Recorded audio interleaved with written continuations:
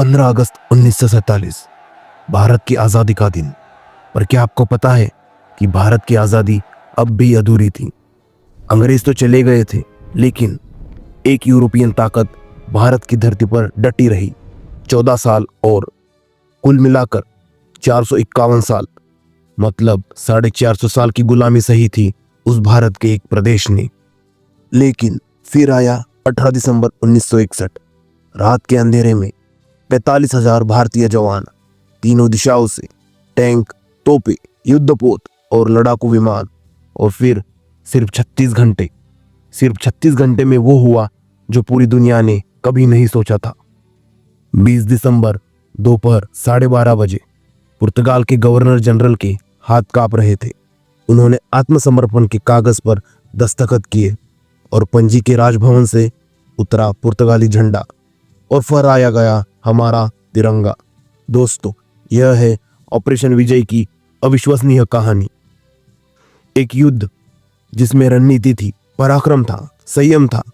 एक ऐसा युद्ध जिसे दुनिया आज भी याद करती है।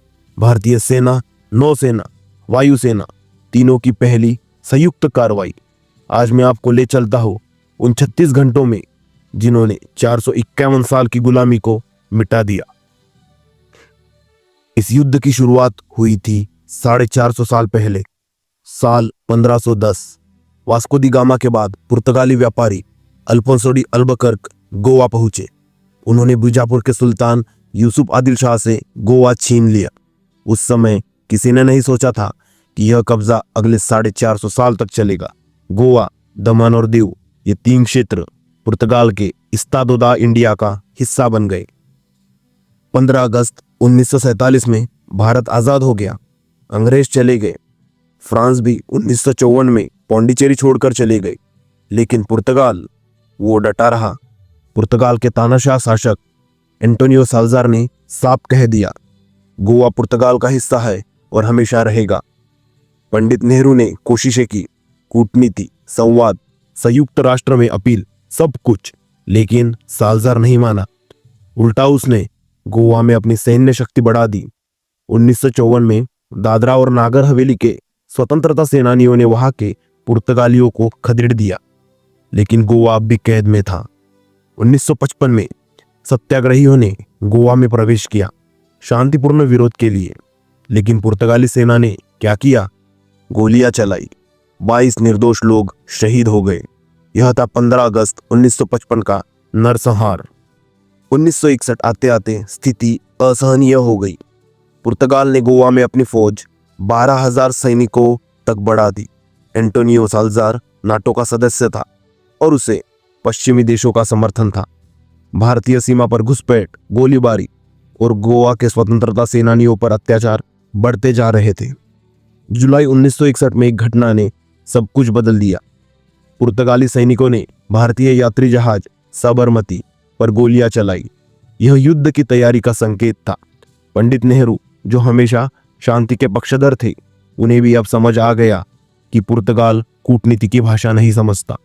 रक्षा मंत्री वी.के. कृष्ण मेनन और सेना प्रमुख जनरल प्रणनाथ थापर को आदेश मिला, गोवा को मुक्त करने की योजना बनाओ।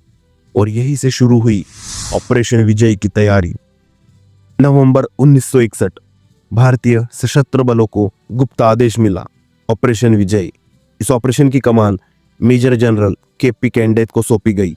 उनके पास थी 17th इन्फेंट्री डिवीजन और 50th पैरा ब्रिगेड। योजना स्पष्ट थी। उत्तर से आक्रमण, मतलब कर्नाटक की सीमा से 17th इन्फेंट्री डिवीजन प्रवेश करेगी। दक्षिण से धावा, मतलब 50th पैरा ब्रिगेड महाराष्ट्र की सीमा से आगे बढ़ेगी। समुद्र से नाकाबंदी, मतलब भारतीय नौसेना तटों को सील करेगी। और हवा से हमला, मतलब भारतीय वायुसेना डाबोली में एयरपोर्ट और सैन्य ठिकानों को निशाना बनाएगी। मकसद साफ था, जितना हो सके कम खून खराबा, लेकिन गोवा की मुक्त पूर्ण और तेज होनी चाहिए। अब देखते हैं दोनों तरफ की ताकत। पुर्तगाली सेना में कुल 12,000 सैनिक थे, जिसमें 8,000 भारतीय मूल के थे। गवर्नर जनरल मैनुअल एंटोनियो वासेलोई सिल्वा की कमान में अल्फोंसो डी अल्बकर्क किला मुख्य रक्षा केंद्र था। मोरमुगांव बंदरगाह पर नौसैनिक उपस्थित थे। डाबोलिम एयरबेस पर कुछ विमान थे और कुछ तटीय किले और बंकर। वही दूसरी तरफ भारतीय सेना में कुल 45,000 सैनिक, मतलब 3 गुना ज्यादा सैनिक थे। सेंचुरियन टैंक और आधुनिक तोपखाना, आईएनएस दिल्ली, आईएनएस मैसूर समेत शक्तिशाली नौसेना, आधुनिक लड़ाकू विमान जैसे कैनबरा बॉम्बर, एम्पायर फाइटर, बेहतर रसद और संचार व्यवस्था। कागज पर भारत की जीत तय थी, लेकिन युद्ध कागजों पर नहीं, मैदान पर लड़ा जाता है।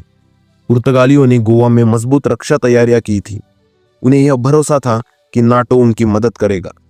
18 दिसंबर 1961 की शाम सब कुछ तैयार था। भारतीय सैनिक सीमा पर तैनात थे। देश की आजादी का आखिरी अधूरा सपना पूरा होने वाला था। 18 दिसंबर 1961 रात के ठीक 11 बजे भारतीय सेना ने तीनों दिशाओं से गोवा में प्रवेश किया। इतिहास रचने का समय आ गया था। उत्तरी मोर्चा, तिरकोल और परनेम। रात के अंधेरे में 17 इन्फेंट्री डिवीजन की पहली बटालियन महाराष्ट्र की सीमा से तिरकोल नदी की ओर बढ़ी। मेजर वीरेंद्र सिंह ने नेतृत्व में जवानों ने चुपचाप नदी पार की। पुर्तगाली सैनिकों को पता भी नहीं चला कि भारतीय सेना आ चुकी है। सुबह 4 बजे तिरकोल कुल्ला घेर लिया गया। पुर्तगाली सैनिकों ने प्रतिरोध किया, लेकिन भारतीय तोपखाने की बमबारी के सामने वो टिक नहीं सके। सुबह 7 बजे तक तिरकोल पूरी तरह भारत के नियंत्रण में था। दक्षिणी मोर्चा, मतलब कारवार सीमा, कर्नाटक की सीमा से 50th पैरा ब्रिगेड ने पोलेम की ओर धावा बोला। कर्नल अरुण खेतरपाल के नेतृत्व में पैराट्रूपर्स तेजी से आगे बढ़े। उनका लक्ष्य था पुर्तगाली सेना को पीछे हटने का मौका न देना। रात 2 बजे पोलेम में भारी गोलीबारी हुई। पुर्तगाली सैनिकों ने मोर्टार और मशीन गनों से जवाब दिया, लेकिन भारतीय सेना का पराक्रम देखते ही बनता था। सुबह होते होते पोलेम और आसपास के इलाके भारत के कब्जे में थे। लेकिन सबसे महत्वपूर्ण मोर्चा था मडगांव, केंद्रीय मोर्चा। यहां से पणजी और मोर्मुगांव बंदरगाह का रास्ता खुलता था। 17th इन्फेंट्री के सेंचुरियन टैंक गर्जना करते हुए आगे बढ़े। रात 1 बजे कानकोना में पहली बड़ी टक्कर हुई। पुर्तगाली सैनिकों ने सड़क पर बाधाएं लगा दी थी, लेकिन भारतीय इंजीनियरों ने तेजी से रास्ता साफ किया और टैंक आगे बढ़ते गए। 19 दिसंबर सुबह 8 बजे सूरज निकला तो गोवा की धरती पर तिरंगा लहराने की तैयारियां पूरी थी। सुबह 9 बजे भारतीय वायुसेना के कैनबरा बॉम्बर और वेम्पायर फाइटर ने डाबोलिम एयरबेस पर हमला किया। स्क्वाड्रन लीडर गुरुदेव सिंह के नेतृत्व में विमानों ने पुर्तगाली एयरबेस को तबाह कर दिया। पुर्तगाल के कुछ विमान जमीन पर ही नष्ट हो गए। हवाई श्रेष्ठता अब भारत के हाथ में थी। साथ ही मोर्मुगांव बंदरगाह पर हवाई हमले हुए। पुर्तगाली जहाज अल्फोंसो डी अल्बुकर्क्यू क्षतिग्रस्त हो गया। भारतीय नौसेना ने गांव के तटों को पूरी तरह से घेर लिया। आईएनएस दिल्ली और आईएनएस मैसूर ने तटीय इलाकों पर गोलीबारी की। कमोडोर एसएन कोहली के नेतृत्व में नौसेना ने सुनिश्चित किया कि कोई भी पुर्तगाली जहाज भाग न सके। दोपहर 12 बजे भारतीय सेना ने पोंडा पर कब्जा कर लिया। यह गोवा का केंद्र था। अब रास्ता साफ था, पणजी, गोवा की राजधानी की ओर। अल्फोंसो डी अल्बुकर्क्यू किले में पुर्तगाली सेना ने अंतिम प्रतिरोध की कोशिश की, लेकिन भारतीय तोपखाने की भारी बमबारी के सामने उनका मनोबल टूट गया।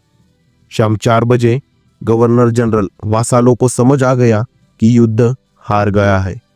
उन्होंने अपने अधिकारियों से सलाह मशवरा शुरू किया। 20 दिसंबर 1961 सुबह 8 बजे भारतीय सेना पणजी के बाहरी इलाके में पहुंच गई। शहर की सड़कों पर टैंकों की आवाज गूंज रही थी। गवर्नर जनरल वासालो के सामने 2 रास्ते थे, या तो लड़ते हुए मरना या आत्मसमर्पण करना। उन्हें पता था कि नाटो की मदद नहीं आने वाली।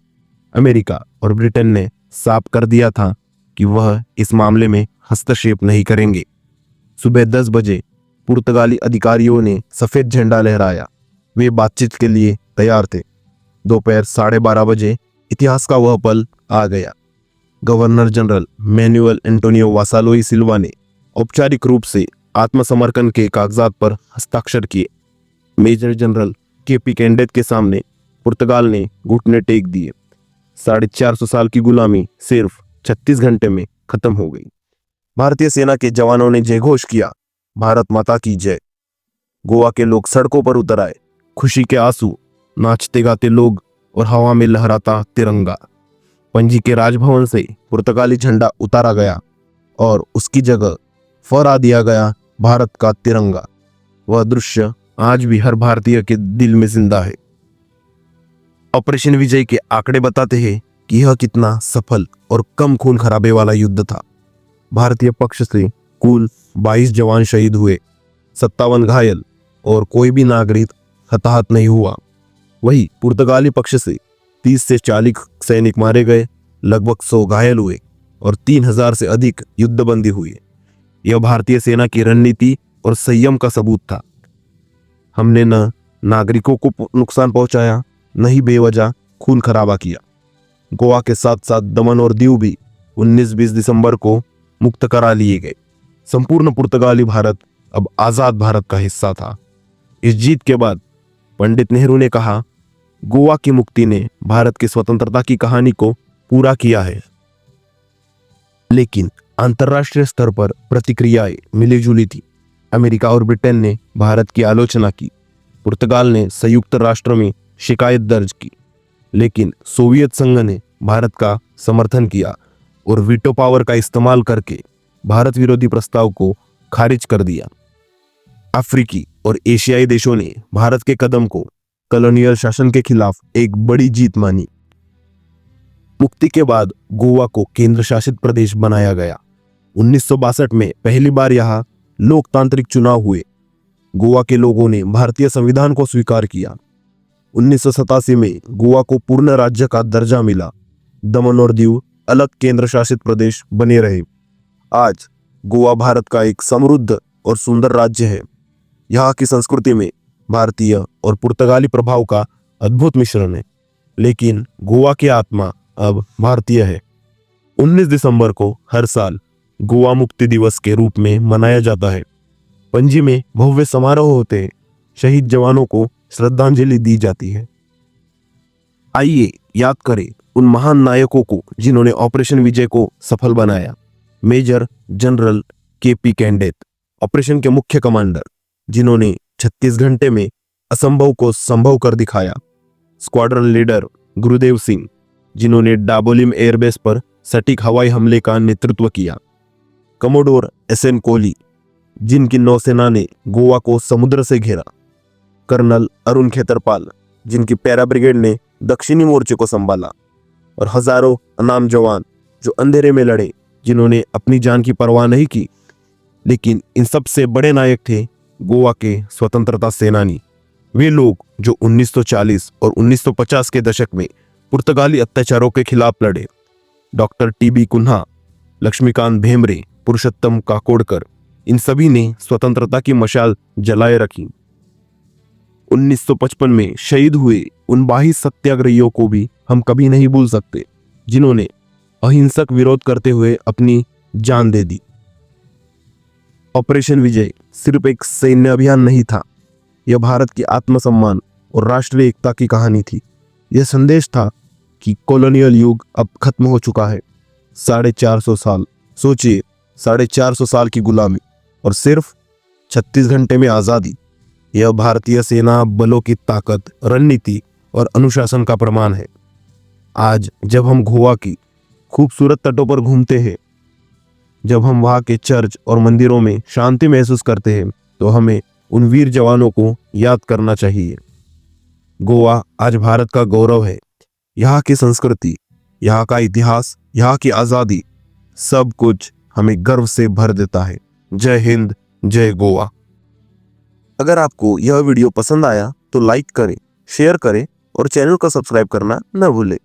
कमेंट में बताइए कि भारतीय इतिहास के किस और युद्ध को या घटना पर आप वीडियो देखना चाहते हैं। याद रखिए, इतिहास हमें सिखाता है, प्रेरित करता है और गर्व से भर देता है। धन्यवाद।